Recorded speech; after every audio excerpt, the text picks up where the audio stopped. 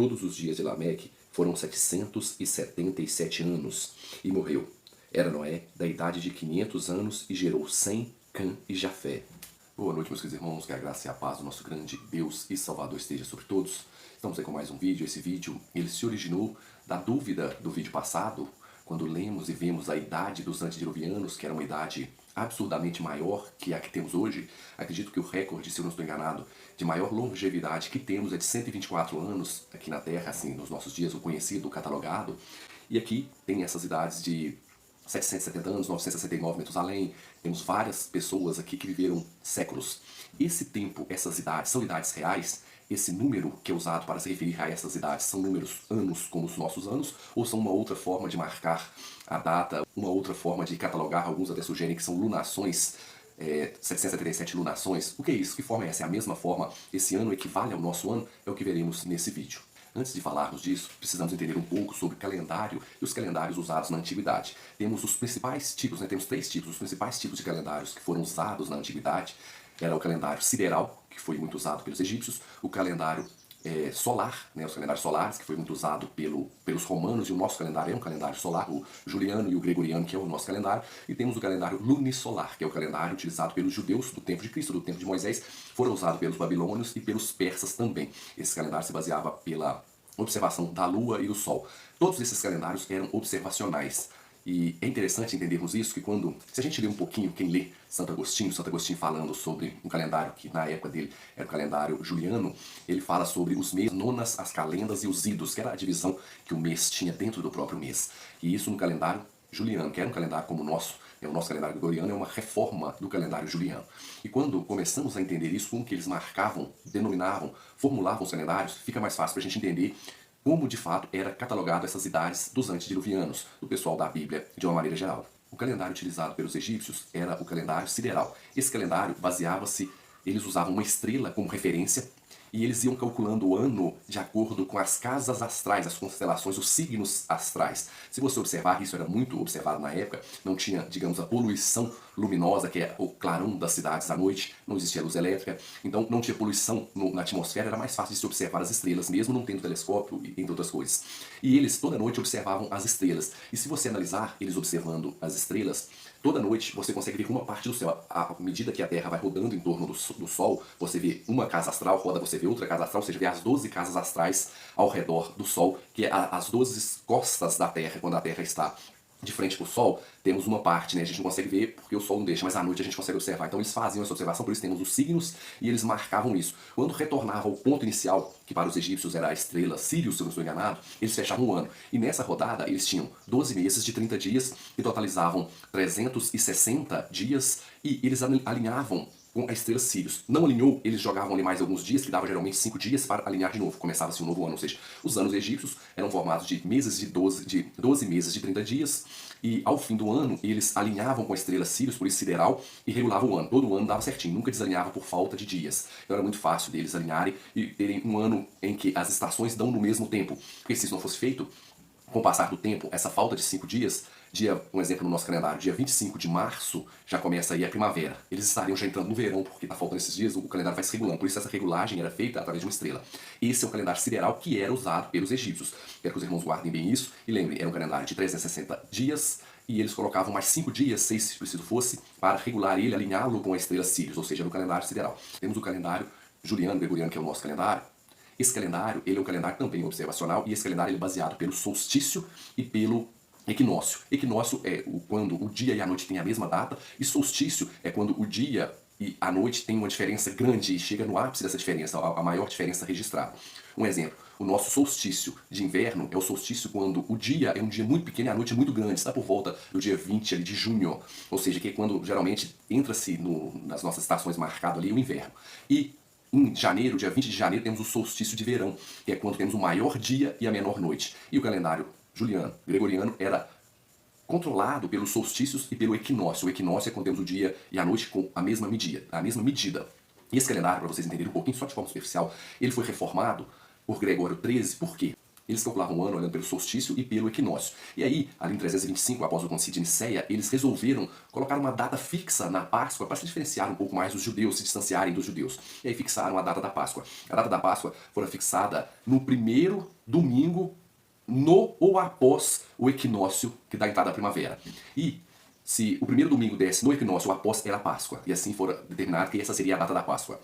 E é interessante, meus irmãos, que com o passar dos tempos, eles foram vendo que a Páscoa estava se aproximando muito do solstício de inverno. Aí eles viram, por que a Páscoa está se aproximando tanto assim do inverno? E aí eles fizeram a conta que era feita é que o ano tem 365 dias e um quarto do dia, 365,25, mas na verdade não é. O ano tem 365,24, 26, se eu não estou enganado. E com isso, esse detalhe com o passar dos tempos fez com que a data alterasse. E aí, em 1414, eles tentaram formular no concílio de Constância, eles tentaram reformular o calendário, não tiveram sucesso. Em 1582, o Papa Gregório, através da bula papal Intergravíssima, conseguiu formular o calendário. E aí, no mês de outubro de 1582, ele acrescentou 10 dias ao mês de outubro, fazendo assim com que o ano se regulasse. E acrescentou os anos bissextos, né, que era de 4 em 4 anos, tinha um ano bissexto. Ele acrescentou, na mudança do século mudou, né, não tinha mais um ano bissexto. Na mudança que foi dividido por 400, não tem ano bissexto. Aí ele alterou essa alteração para equilibrar, porque era de 4 em 4 anos, tinha um ano bissexto. Isso fez desregular o calendário. E aí o mês de outubro, no dia 4, em uma quinta-feira de outubro, ao invés de mudar para uma sexta-feira, dia 5, mudou para uma sexta-feira, dia 15. E aí ele conseguiu regular e fez essa mudança nos anos bissextos. E aí regulou o calendário, e essa reforma foi chamada de reforma, e o nosso calendário por isso se chama calendário gregoriano, por causa do Papa Gregório XIII. E, meus irmãos, esse é o nosso calendário. E o calendário judaico? Como era feito o calendário judaico? Como eles calculavam os dias? Antes de entendermos o calendário judaico, voltemos à palavra de Deus. Leiamos Gênesis. Disse também Deus, haja luzeiros no firmamento dos céus, para fazer separação entre dias e noite, e sejam eles para sinais, para estações, para dias e para anos. Se observarmos aqui, os luzeiros, o Sol e a Lua serviam para determinar dias, estações, meses e anos, ou seja, eles usavam os astros, o Sol e a Lua, para calcularem o tempo, para se orientarem e fazerem assim o seu calendário. Então aqui já temos uma referência que os astros tinham uma importância para o cálculo, a formulação dos calendários. Se olharmos também aqui no Salmo 104:19, vemos um pouquinho disso, né? E aí já temos essa informação, que o Sol e a Lua são importantes e fundamentais para o cálculo e a formulação dos calendários. E quando analisamos o dia, de acordo com a Bíblia, ele começa com o pôr do sol, ou seja, houve tarde, inicia-se a tarde e manhã do primeiro dia, houve tarde e manhã do segundo dia, ou seja, e a cultura judaica é assim até hoje. O pôr do sol aconteceu, começou-se um novo dia, ou seja, o pôr do sol de hoje, aconteceu o pôr do sol, a partir do pôr do sol já é sábado, por isso que nós comemoramos e guardamos o sábado a partir do pôr do sol da sexta-feira, ou seja, o sol se pôs sexta-feira, aquela parte após o pôr do sol já é considerada sábado, a parte da tarde, da noite ali, e a parte da manhã até o pôr do sol de sábado. Esse período é o período que consideramos como sábado, porque era assim que era marcado os dias, essa ideia que o dia muda à meia-noite, ou seja, no meio da noite o dia muda, é uma ideia romana, isso veio dos romanos, o dia mudar à meia-noite. Isso aí não advém nem da tradição judaica nem da palavra de Deus, pois vemos claramente que o dia trocava-se ao pôr do sol. Mais uma referência é Levítico falando sobre o dia da expiação. Leiamos Levítico 23. Sábado de descanso solene vos será. Então afligireis a vossa alma. Aos 9 do mês, de uma tarde a outra tarde, celebrareis o vosso sábado. Ou seja, aqui fala sábado é porque o dia da expiação, se o dia da expiação caísse em uma quarta-feira, aquele dia era considerado um sábado. Porque eles não tinham a palavra feriado, né? O sábado, que era o dia de descanso, se desse um feriado, uma festa religiosa no meio da semana, aquele dia era considerado também um sábado. Então, a gente vê que é de uma tarde a outra tarde. Isso também vemos no texto de Neemias, para os irmãos entenderem que o dia era marcado com o pôr do sol. Para os irmãos entenderem mais um texto em Neemias. Neemias 13:19. Antes dos irmãos entenderem, Neemias viu que o pessoal estava fazendo compras, comprando as coisas aos sábados, ele ordenou que se fechasse as portas da cidade para que não entrasse nenhuma mercadoria em Jerusalém, dentro de Jerusalém, nos sábados. E aí, esse texto fala sobre isso, que Neemias não queria que o povo fizesse comércio, comprasse no dia de sábado. E aí, olha que interessante a referência que temos aqui sobre o dia, como que era marcado o dia nesse texto. Dado já a sombra às portas de Jerusalém, antes do sábado, ordenei que se fechassem e determinei que não se abrissem, senão após o sábado. As portas coloquei alguns de meus moços para que nenhuma carga entrasse no dia de sábado. O que eu quero que os irmãos olhem é esse início aqui, ó. Dado já sombra às portas de Jerusalém, antes do sábado. Ou seja, o sol ia se pondo, começava a sombra antes do sábado, ele ordenou que se fechassem os portões, ou seja, o sol se pôs e aí os portões já estavam fechados, já se iniciou o sábado. E é tão interessante, temos uma passagem em Lucas também, que Jesus está na casa de Pedro, na sinagoga, isso nos mostra que ele está em um sábado na sinagoga, ele vai para a casa de Pedro, e lá na casa de Pedro ele até cura a sogra de Pedro, e diz no texto, na narrativa, que após o pôr do sol, as pessoas levavam os enfermos para Jesus curar, ou seja, eles esperavam o pôr do sol para determinaram o sábado para levar o pessoal para Jesus curar. Uma interpretação errada, né? Pode fazer o bem aos sábados.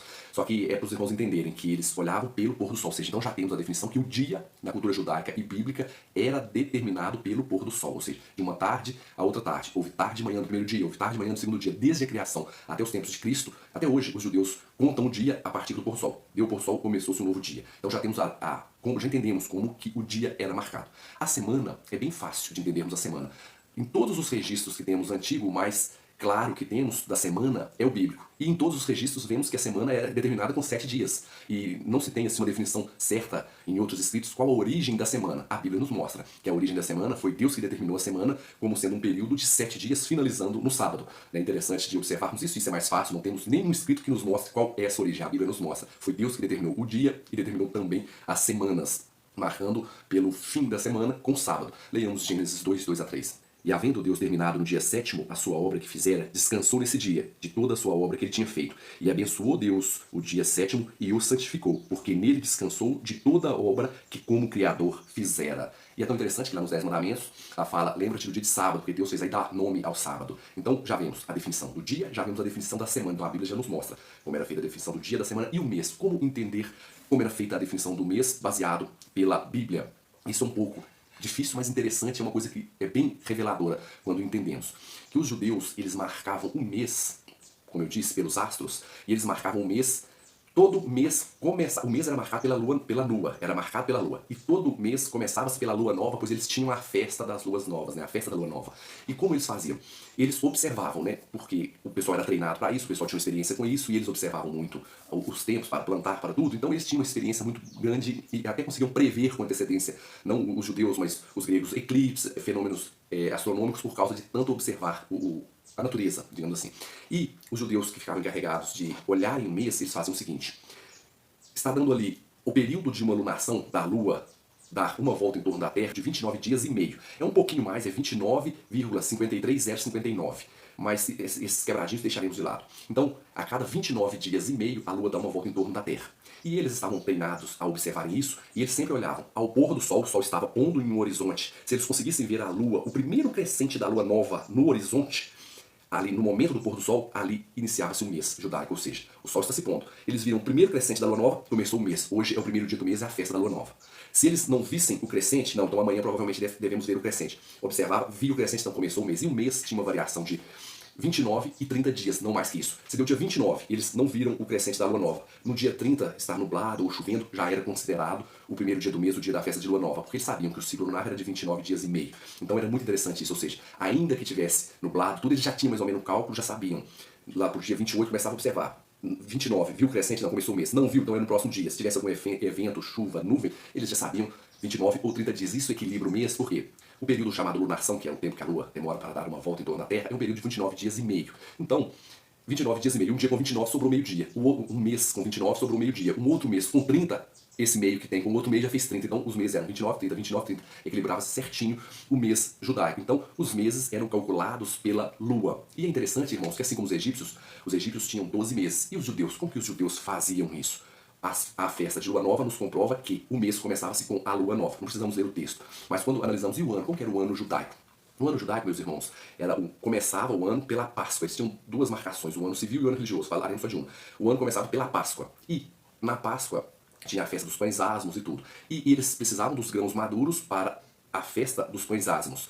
Ou seja, eles observavam, se você entender, em uma época do ano que as frutas começam a dar. Um exemplo, a manga tem a época dela dar, a jabuticaba, tudo. Então, a época, a posição que o sol está diante, que a terra está diante do sol, determina a estação, e a estação determina a maturação de determinado fruto. Então, só naquela época que aquele fruto estará maduro. E o que eles faziam? Eles pegavam, olhavam, a cevada, que era o primeiro grão a madurar, e eles olhavam, a cevada está madura, então virou o mês, já é o primeiro mês do primeiro ano, do próximo ano, né? Virou o mês, então já é um ano novo. A cevada ainda não está madura, eles acrescentavam mais um mês ao calendário. Aí os judeus tinham calendários com 12 meses de 29 e 30 dias, esses meses davam 354 dias. E tinham meses, anos, né, com 12 meses. 12 meses de 29 e 30 dias, 354. Faltam 11 dias para 365 dias. E tinha o mês que eles olhavam, a cevada ainda não está madura, eles acrescentavam mais um mês ao ano, e aí esse ano tinha 13 meses, ou seja, 13 meses, que esse mês que era acrescentado era o Adar Beit. Esse mês fazia o calendário equilibrar, eles olhavam, a cevada ainda não está madura, acrescentava-se mais um mês ao calendário, que era o Adar Beit. Esse mais um mês era o tempo que a cevada gastava para acabar de madurar, e aí eles pegavam a cevada, os grãos, e conseguiam fazer os pães asmos e as festas, todas as festas ali. Assim, eles faziam a marcação do ano. O ano era equilibrado pela maduração dos grãos. Isso é muito interessante, porque o ano deles era equilibrado também pela posição da Terra em relação ao Sol, não marcando por uma estrela como os egípcios, mas marcando pela estação e observando o Sol e a Lua, por isso é chamado de calendário lunisolar. E essa diferença era mudada, essa diferença era regulada pelo acréscimo do 13º mês, o Adar Beit, alguns chamam de Adar Shinei, ou seja, pronto, está calculado o ano judaico. Temos agora como era marcado o dia, como era marcada a semana, como era marcado o mês pela festa de Lua Nova, como era marcado os anos na cultura judaica. E temos aí que os principais calendários da antiguidade marcavam o ano como é o ano nosso, um ano de que é o tempo que a Terra gasta para dar uma volta em torno do Sol, de 365 dias, aproximadamente 366. Então, a marcação de tempo, de datas, de calendários, naquele tempo e no nosso tempo, era uma marcação tal qual, idêntica. Não temos uma divergência para dizer que naquele tempo os anos eram menores, naquele tempo era uma forma menor de marcação que fazia com que as pessoas tinham uma vida igual à nossa e mais idade por causa da marcação menor de tempo. Então, vemos que a marcação não alterou a ponto de termos uma idade divergente como é de hoje, e isso ser feito apenas pela divergência de calendários. Então vemos que um ano naquele tempo e um ano aqui é o mesmo ano. Então os anos dos antediluvianos eram anos semelhantes aos nossos. Quando fala que eles viveram 969 anos, 777, 369, são anos literais, 369 anos de vida. E por que eles têm uma idade, uma longevidade assim superior à nossa? Esse é outro assunto, mas eu deixarei alguns argumentos para os irmãos entenderem. Eles fizeram uma pesquisa em um artigo de biologia e viram que nós temos todas as enzimas necessárias para sintetizarmos a vitamina C. Só uma que está atrofiada, adormecida, e alguns acreditam que no passado os nossos ancestrais tinham a condição de sintetizar a vitamina C. E a vitamina C, sendo sintetizada pelo corpo humano, faz com que o período da infância de cada ser, de cada animal, o ser humano é determinado no período da infância, digamos que até 10 anos. O período da infância fosse multiplicado de 20 a 40 vezes quando esse animal consegue sintetizar a vitamina C. Um exemplo é o papagaio, ele consegue sintetizar a vitamina C. Por isso, a sua idade é multiplicada, ele tem uma longevidade grande. E eles acreditam que o ser humano tinha essa capacidade. Hoje, vivemos aí em torno de 6 vezes o período determinado da infância. Imagine se multiplicássemos o período da infância, que é 6 vezes, 10 anos, 60 anos, de 6 vezes para 40 vezes, 10 anos vezes 40, viveríamos 400 anos com folga.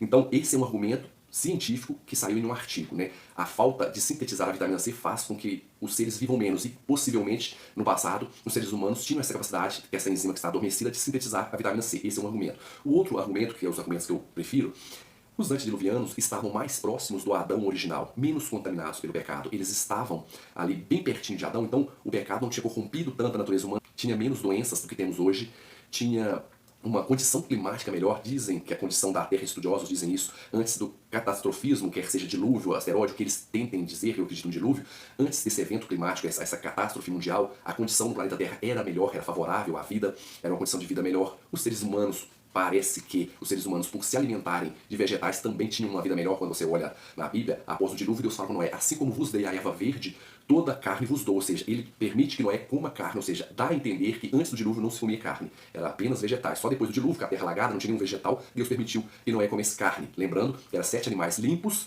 e 7 pares de animais limpos e 2 pares de animais imundos. Se Noé comesse os imundos, ele acabaria com a raça. Então, ele comia dos animais limpos e não dos imundos. Só lembrando, só um parênteses aqui. E aí, Deus permitiu que Noé e sua família comessem carne. Parece que a partir do dilúvio que começou a ter uma alimentação carnívora. Antes era vegetariana. Todos esses fatores, a proximidade do Adão original, menos doenças, o clima da terra melhor, um clima mais favorável, uma alimentação vegetariana e também esse fator da vitamina C pode contribuir para que o indivíduo, antes do dilúvio, vivesse mais, tivesse uma longevidade maior. Por isso que vemos que os antediluvianos viviam mais de 100 anos com facilidade. 369, 777, 966. Então, essa é a explicação científica, a explicação, a hipótese melhor para a longevidade. E os anos eram os mesmos anos que nós. Espero que esse vídeo tenha ajudado, que esse vídeo tenha esclarecido alguns pontos. Tive dificuldade de gravar esse vídeo essa semana, uma correria muito corrida essa semana, não consegui gravar os vídeos, não consegui fazer nada, foi uma semana corrida. E por isso esse vídeo está sendo um vídeo gravado um pouco às pressas, mas com muito carinho, para honrar vocês que nos acompanham e dedicam o seu tempo para verem os nossos simples materiais. Agradeço a você que nosso grande Deus e Salvador, que o Espírito Santo de Deus possa abençoar você e a mim, a entendermos melhor a palavra dele, a termos confiança no que está escrito e a sermos fiéis a Cristo como ele é a nós, morrendo e entregando a sua vida na cruz para salvar a mim e você que não merecíamos isso. Então, que esse vídeo possa nos ajudar a voltarmos para as Escrituras e termos total confiança naquilo que está escrito, aquilo que Deus inspirou os apóstolos e os profetas a escrever. Fiquem na paz de Cristo e até o próximo vídeo.